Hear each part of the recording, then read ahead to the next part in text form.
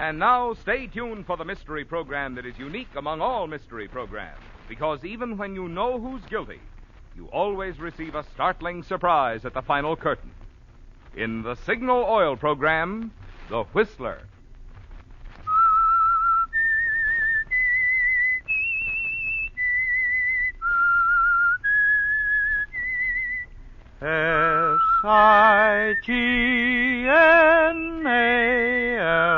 Signal. Signal gasoline.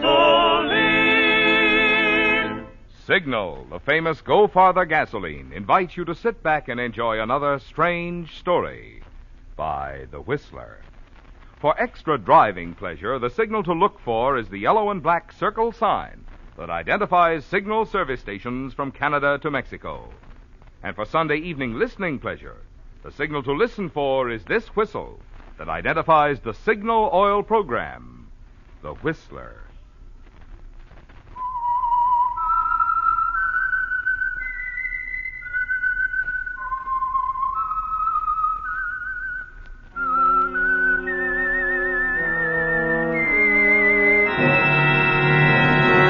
I am the Whistler, and I know many things, for I walk by night. I know many strange tales hidden in the hearts of men and women who have stepped into the shadows. Yes, I know the nameless terrors of which they dare not speak. And now, the Whistler's strange story, The New Mrs. Devlin.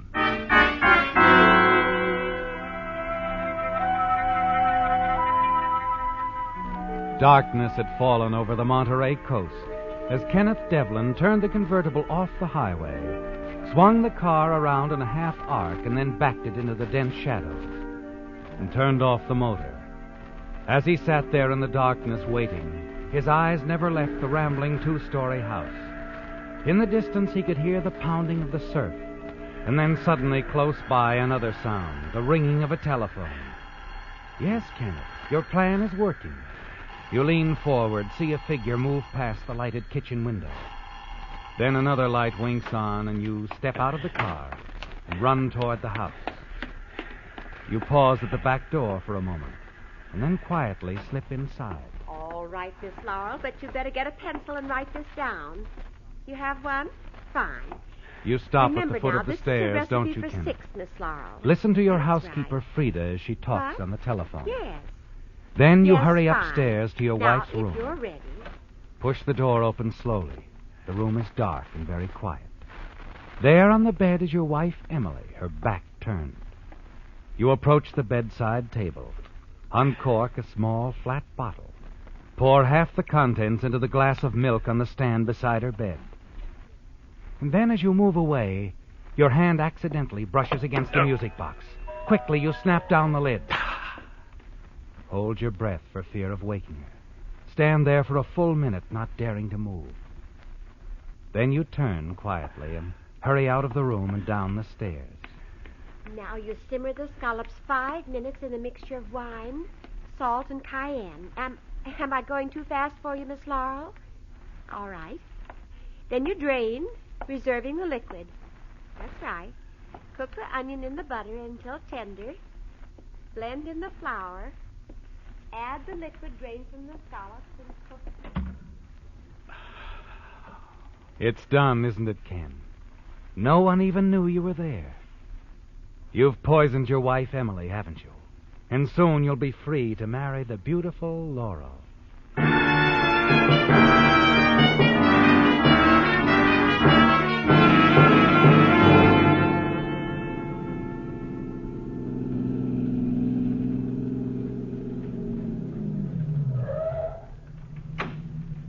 All right, Laura, get in. Ken, did everything go all right? Yeah, sure.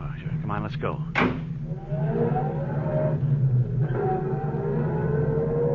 Hey, your phone call was perfect, honey. Had all the time in the world. Ken, are you sure everything went all right? Of course. Why? Frida left the phone for a moment. She what? I couldn't help it. She said there was something on the stove. How long was she gone? Not more than a minute or so. Well, I'm certain she didn't see me. If she had, I think she would have spoken. Now, we better separate. All right, darling. I'll drive you up to the highway and you can take a bus home. I'll get in touch with you later. And don't worry, Laurel. I'm sure we're in the clear.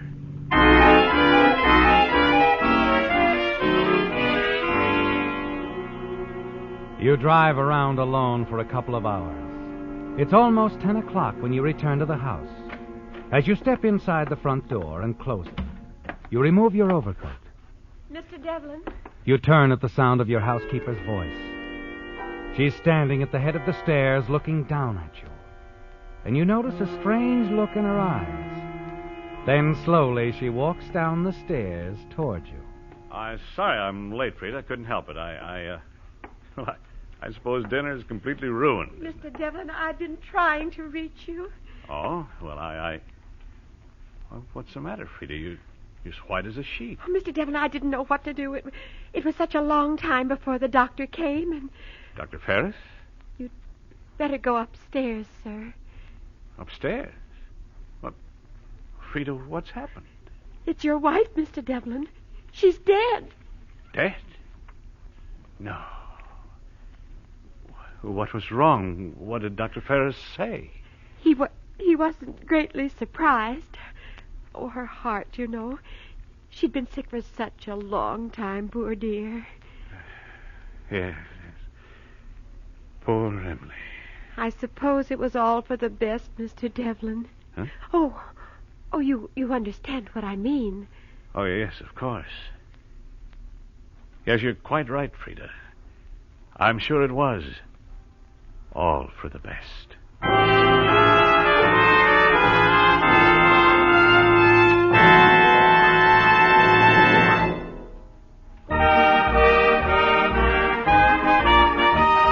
Tonight's $20 Signal gasoline book goes to Carl A. Truitt of San Francisco for this limerick. Said the man in the moon with a sigh, if only some signal they'd try, they'd go farther by miles through these misty defiles and catch that ghost herd in the sky. Signal, signal, signal gasoline. Your car will go far, will go farther gasoline.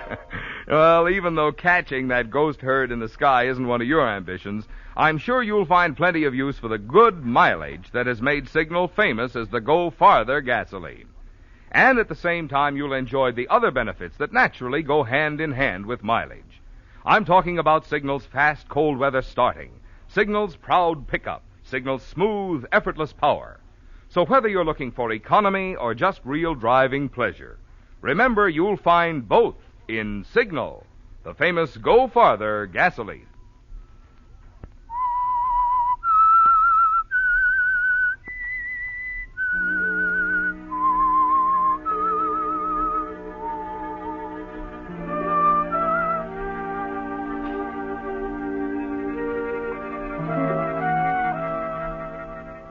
It's over, isn't it, Kenneth? Your wife, Emily, is dead. And you're sure no one suspects you poisoned her. Not even Frida, your housekeeper. Dr. Ferris stated it was her weak heart. The cremation service for Emily makes it certain now that no one will ever find out how she died. And you're in the clear. Weeks and then months pass. And finally, in the fall, you marry Laurel. Bring her back to the house overlooking Monterey Bay. Now life is amusing, pleasantly exciting, isn't it, Kenneth? Yes. Laurel, Emily's wealth, the prizes you gambled for are yours at last.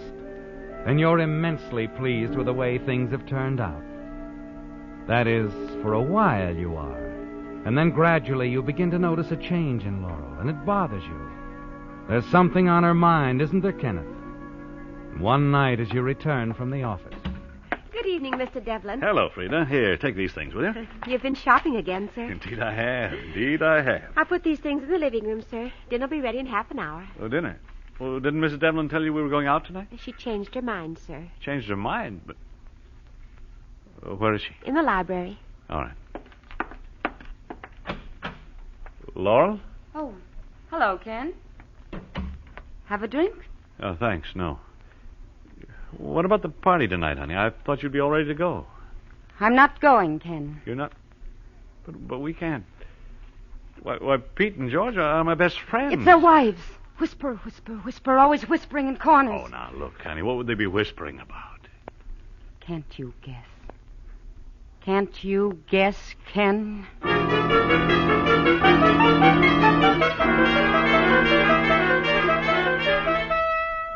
That was the beginning, wasn't it, Kenneth? The first indication of trouble ahead. She's afraid people will find out you poisoned your first wife, Emily. You find yourself becoming jittery, irritable.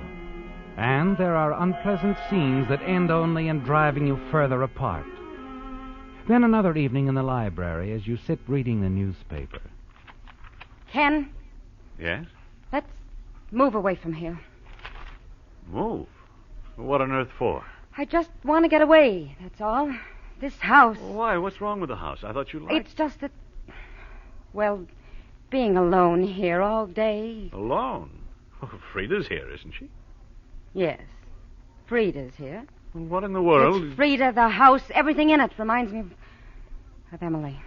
Oh, now, Laura. I can't help it. People are talking about us. They suspect us. Nonsense. It's just your imagination is working overtime. They don't know a thing, and they never will. As long as you keep your head. But Ken... You've got to take hold of yourself, Laura. Nothing to worry about. Now forget about it. Please. All right. But about Frida. What about her? She's got to go. I just don't want her in this house.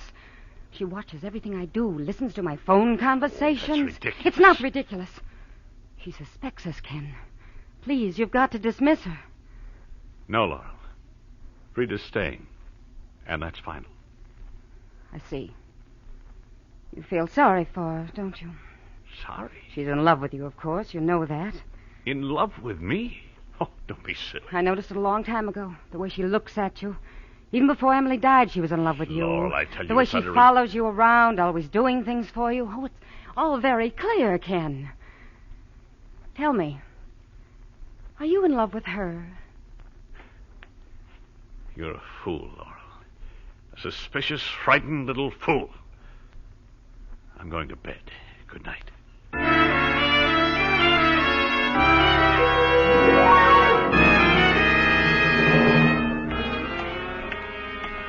Well, good morning, Ken. Oh, George, how are you? Fine. Yeah, great morning, isn't it? Yeah. On your way to the office? Yeah, I thought I'd walk it for a change. Say, how come we don't see you folks anymore? Getting antisocial or something? Oh, no. Well, Laurel's not been feeling too well lately, and I've been pretty busy. Yeah. Sure. Just kidding. Laurel going on a trip? Trip? Yeah, I saw her about 10 minutes ago heading to the bus station. Laurel? Yeah, carrying a suitcase. Oh, yeah. She's going to visit a girlfriend of hers. Well, I thought she was going to drive the car up. I guess she changed her mind. Yeah, well, maybe we can get together some night, huh? Play a little poker with the boys? I'll phone Pete. Yeah, sure. We'll do that. Excuse me, George. Excuse me. I'll have to go back to the house. I forgot something. Yeah, okay. See ya.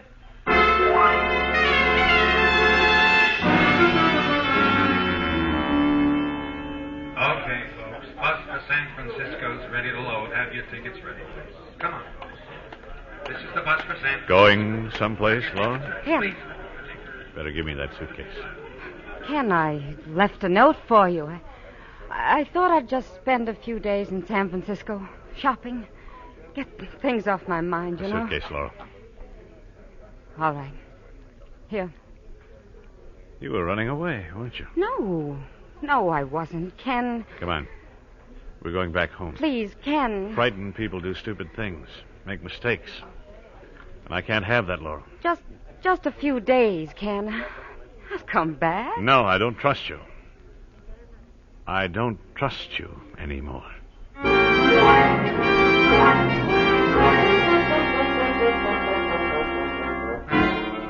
Marriage to Laurel was a mistake, wasn't it, Kenneth? You realize that now.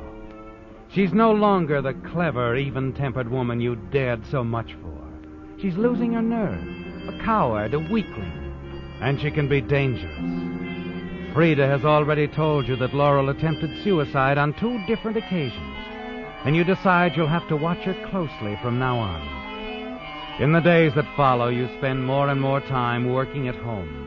But late one afternoon, some unexpected business takes you down to your office in the village. And then it happens. Yes? Your house calling, sir. Oh, very well. Hello? Mr. Devlin, this is Frida. Can you come home right away? What's wrong, Frida? It's Mrs. Devlin, sir. She's ill.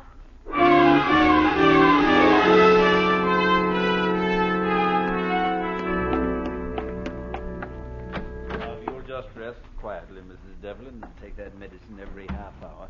See that she does, huh, Frida? I will, Doctor. Yes, well, I shall look in again this evening. Goodbye.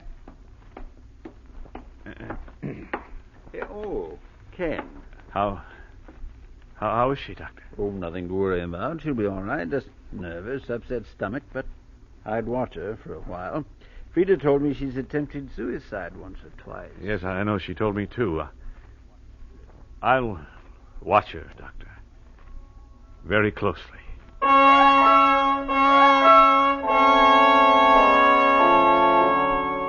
This gives you an idea, doesn't it, Ken? Suddenly you realize that if Laurel succeeded in an attempt at suicide, your worries would all be over. It's something to think about, isn't it? Laurel has become a serious threat. She might do anything, even go to the sheriff. The thought stays with you for the next few days, and then one evening it's Frida who helps you decide. I've been thinking, Mr. Devlin, I'd like to run up to Santa Cruz tomorrow. My sister's been asking me to visit with her. Well, why not, Frida? Yes, go ahead. Well, if you were going to be busy at the office tomorrow, I wouldn't want to leave Mrs. Devlin alone. You worry too much, Frida. I'll keep an eye on her.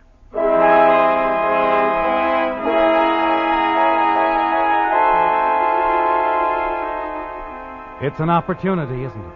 And you don't hesitate to take advantage of it. Laurel will be alone in the house. It's got to be done, you tell yourself. And it might just as well happen tomorrow. Later that night in the attic room, you open an old trunk. Take out a small flat bottle, the same poison you used for your first wife, Emily. As you stand there staring at it... Oh, Mr. Devlin, I didn't know you were here. What is it, Frida? Well, I just came up to get some things I'd stored away, some presents for my nephew, but I won't disturb you if you're... Oh, it's quite all right. I was just leaving. Oh, Mr. Devlin. Yes? About breakfast in the morning, I'd planned to catch the 8 o'clock bus. Now, don't worry about us. I'll manage. You run along.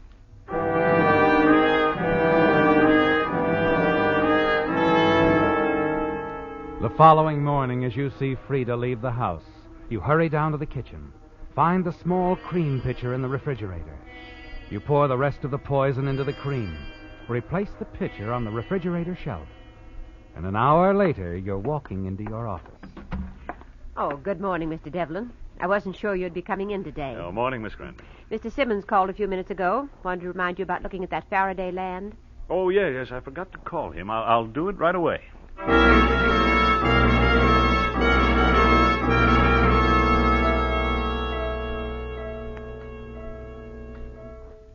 After you phone Mr. Simmons, put in several other calls. You make a pretense of being quite busy, but your eyes keep wandering to the clock. 9:30. Laurel's waking up now.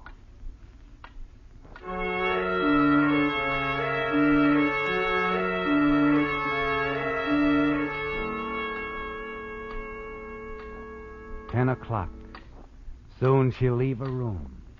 Move down to the kitchen. Breakfast. The same breakfast she always eats. Coffee and cereal. With cream.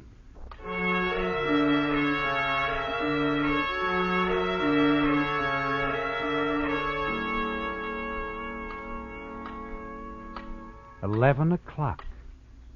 And now you reach for the telephone. Yes, Mr. Devlin? Will you call my home, please? Yes, sir. You've waited an hour and a half, haven't you, Ken? 90 long minutes. More than enough time for Laurel to dress and eat breakfast. The poison should take effect immediately. You get up from your desk, pace the office. It had to be done. There was no other way, was there, Ken? coldly, simply. First, Emily, because you wanted her money. Now, Laurel, because she threatened your security. And everything is once again in your favor. Frida has told the doctor that Laurel had tried suicide before. This time she will succeed, won't she, Ken? While you were absent from the house. Yes? I'm sorry, Mr. Devlin. I've called your home, but there's no answer. No answer? Oh, thank you. It's done, isn't it, Ken?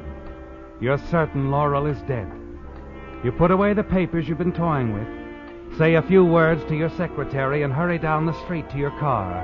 As you slide in behind the wheel and reach for the ignition switch, your hand freezes in midair. The woman crossing the street. There's no mistaking the plaid sport coat, is there, Ken? It's Laurel. She's not dead. You watch her hurry along the other side of the street. Turn into the sheriff's office. Yes, the sheriff's office, Ken. Hiya, Ken. Right? Oh, George. Jumpy, ain't you? Hey, what's the matter? Ken, you look like you've seen a ghost. Excuse me. I'm in a hurry. Hey, what ghost? Ken, what's the matter?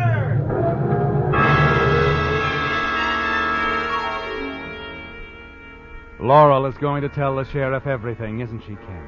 You're certain of that. And your only thought now is to get away. Back at the house, you hurry to the wall safe, take out all the cash and put it in your pocket. You were smart to keep a few thousand at home, weren't you, Ken? Now, there's still a chance for you, isn't there? But you'll have to move fast. And then as you open the front door... Mr. Devlin, Frida. I didn't go to my sister's after all. Oh. Why not? I had no intention of going, really. What? Is she dead? Laurel, I mean. What are you talking about? You mean you didn't take advantage of my absence, Mr. Devlin? Dear me. I was certain you'd see to it that Laurel wouldn't fail in her next suicide attempt. Frida. Don't look so surprised. I've been expecting it. The way things were between you. Worrying about Emily and how she died. You know about that, too. Of course. Why didn't you go to the sheriff? Tell him. Tell him what? Emily died from her illness. Her heart just stopped, that's all. Nothing else. What? I saw you that night, Mr. Devlin, when I was talking on the telephone. I followed you upstairs, saw you drop the poison in the milk. Too bad you didn't know she was already dead. Already dead? Yes, she never got to touch the glass of milk. Why, Frida? Why didn't you tell me this before?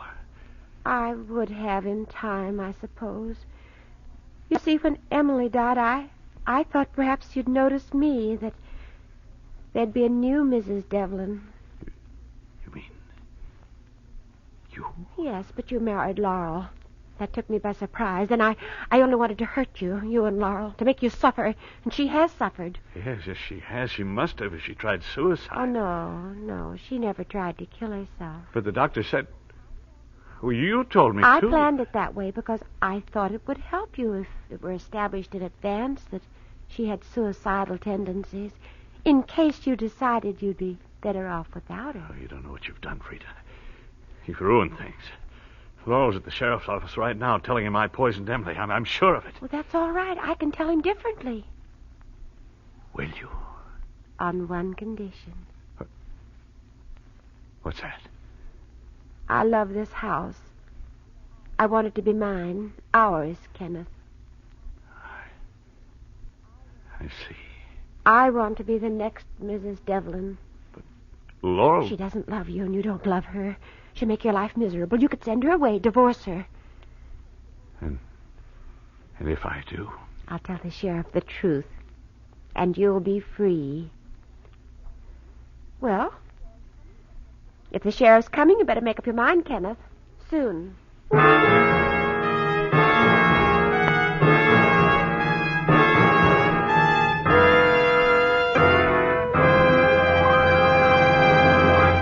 When you need a new automobile battery, you usually need it quick. You haven't time to shop around and compare prices and features. For that reason, it may pay you both in savings and satisfaction to know about the new Signal Deluxe battery that you can get on easy credit terms at any Signal service station. You actually get up to 35% more power from Signal's new Deluxe batteries.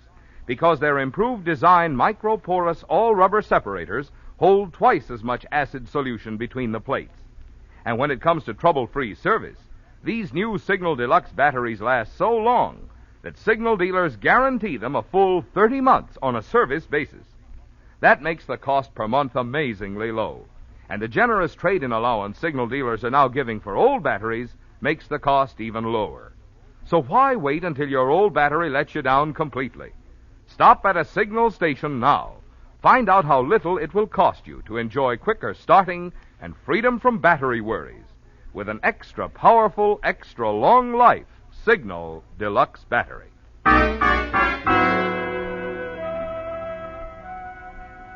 So you have a decision to make, Ken. You can reject Frida's demand and face a murder charge. Or you can accept and be cleared of a crime you planned but really didn't commit. You move out to the patio alone to think. But your mind is already made up, isn't it? Yes, Frida's testimony will ensure your freedom. Make certain you'll never again have to worry about Emily's death. And you'll return the favor by making Frida the next Mrs. Devlin. The minutes pass and you wait for the sheriff to arrive. Finally, his car pulls into the driveway and he steps out. Leaving Laurel in the car with the deputy, he starts up the path toward the house. As he does, you hurry back inside and meet him at the front door. Mr. Devlin? Yes? Your wife just told us a very interesting story. She's confessed that the two of you poisoned the first Mrs. Devlin. No, Sheriff, she's wrong. We didn't kill her. Emily died of a heart attack. She never drank the poison. That's so? Yes, and I can prove it. Frida, my housekeeper, she'll tell you. Come along, Sheriff. All right. Frida? Frida? Oh, this way, Sheriff. She's probably in here. Frida, are you... Frida is slumped over the kitchen table. Close at hand is a coffee cup and a pitcher of cream, empty. The poison cream you meant for Laurel. Frida. Frida! Just a minute, Devlin. Sheriff, She's dead. But she could have told you the truth. I didn't poison Emily. I didn't. I guess that's something we'll never know for sure. But it won't be hard to find out how your housekeeper died. Will it, Devlin?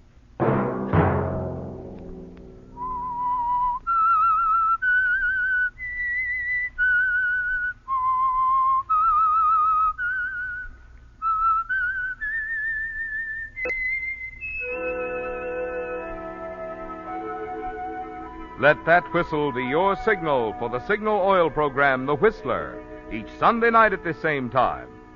Remember, if you would like the fun of having your friends hear a limerick of yours on The Whistler, the address to which to send it is the Signal Oil Company, Los Angeles 55, California. All limericks become the property of the Signal Oil Company. Those selected for use on The Whistler will be chosen by our advertising representatives on the basis of humor, suitability, and originality. So, of course, they must be your own composition.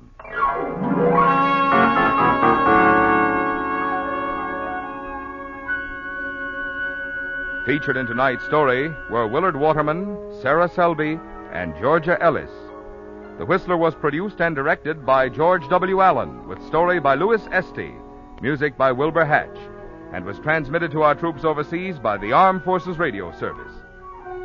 The Whistler is entirely fictional, and all characters portrayed on The Whistler are also fictional. Any similarity of names or resemblance to persons living or dead is purely coincidental. Remember, at the same time next Sunday, another strange tale by The Whistler.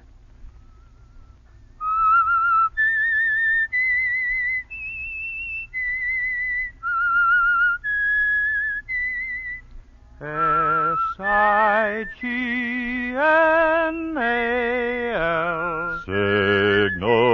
Signal Gasoline.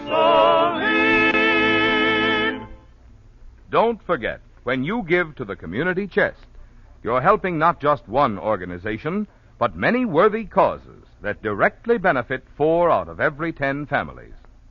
Think of that when you're deciding how much to give to the community chest. Marvin Miller speaking. This is CBS, the Columbia Broadcasting System. You've been listening to the OTR Gold Network. Find more classic radio at otrgold.com.